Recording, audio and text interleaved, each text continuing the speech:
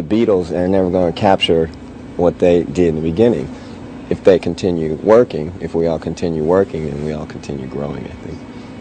And it's our journey, you know. It's not for somebody who doesn't play music to step up and say, you know, that's not as good as.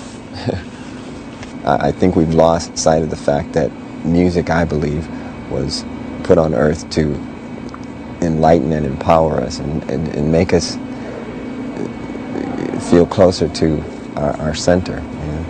And, you know, it's part of the evolution. I was growing at that point, and I was getting to a point in my career where I could say anything. You said whatever before everybody said it. I mean, there's a lot of, especially this whole thing with the rap lyrics. And yeah, that's kind of a struggle I'm going through right now. I am older, and you know, I respect music even more than I did when I first started. I think we have to remember to respect the music, and I love hip-hop, but at the same time, I want some sort of positive closure at the end of everything. You know, they went through James' music, they went through George's music, and now they're trying to go through mine. You know, I just got a bunch of requests for songs, but you know, when it starts out bitch this and 40 that, you know, I already did like this, because I know you can't get out of a web like that. That is a web that you can't get out of it. And some of these acts I really dig, but you know, it's like, I just don't want my music used that way. I don't want to contribute to the problem. You know, a lot of it was based in not so much that, but just relationship in general. You know, it's hard to work with somebody who, you know, you're absolutely sure they hate your guts. You know, no. Some of those people will speak the contrary, but you know, you go by and hear what you were feeling, and it was time to move on. You know, we did that. It was a good relationship. I have mostly fond memories of it, you know, and I learned from it. And I wouldn't know freedom like I do now had I not gone through it.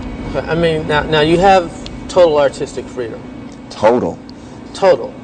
Now, do you think that some great art needs boundaries? Like me, comedically, how do I get around censorship? Sometimes you write the better joke, or you write the better song. Yes, and I think some of my earlier work, if you know, people want to say that it's better, stay happy, stay focused, and you can beat the elevator. And as far as your work is concerned, you know, I've seen you and Richard Pryor, and I don't think censorship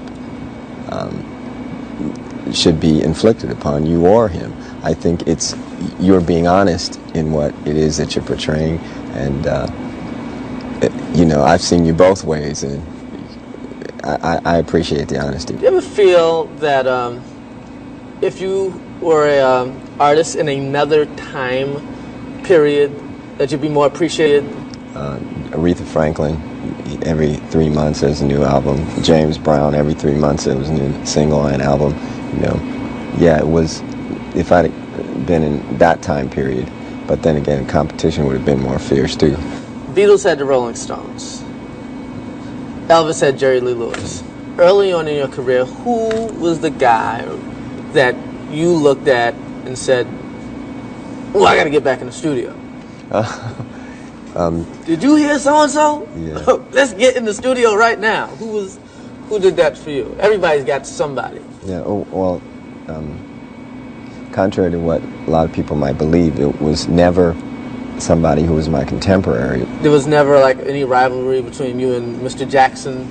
Oh, not to me, no. Okay. So I love the story of you, you know, there's all these Prince, I'm sorry. That's the guy you used to be. Mm-hmm. There's the story of you turning down Bad. Well, you know, that Wesley Snipes character, right. that would have been me. All right, now you run that video in your mind. You were made out to be this weird cat, and he was like Mr. Disney, and you're married, chilling. He's just you're like a married man. Well, you know, play it. You know, there again, you know, hopefully the press will get to the point where we'll it'll be a law where you have to tell the truth. It won't be about speculation. I'm a musician. I live for that. I live for playing and creating songs. We get wrapped up in a lot of things. That's what writing Slave on Your Face is about, you know.